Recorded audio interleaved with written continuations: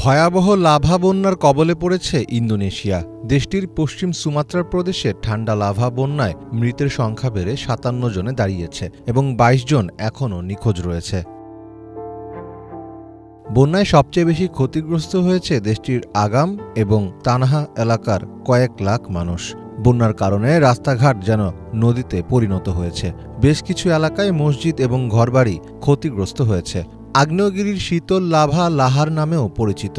আগ্নেয়গিরির ভেতরে থাকা ছাই, বালু এবং নুড়ি পাথর বৃষ্টির কারণে আগ্নেয়গিরির বাইরে নেমে আসে। তখন পরিস্থিতি আরও খারাপ হয়ে ওঠে।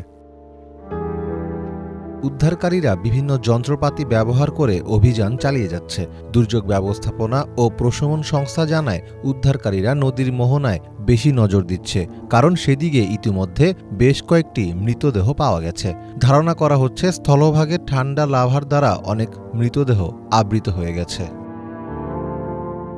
মীর ফজলে রাব্বী, বাংলা ভিশন।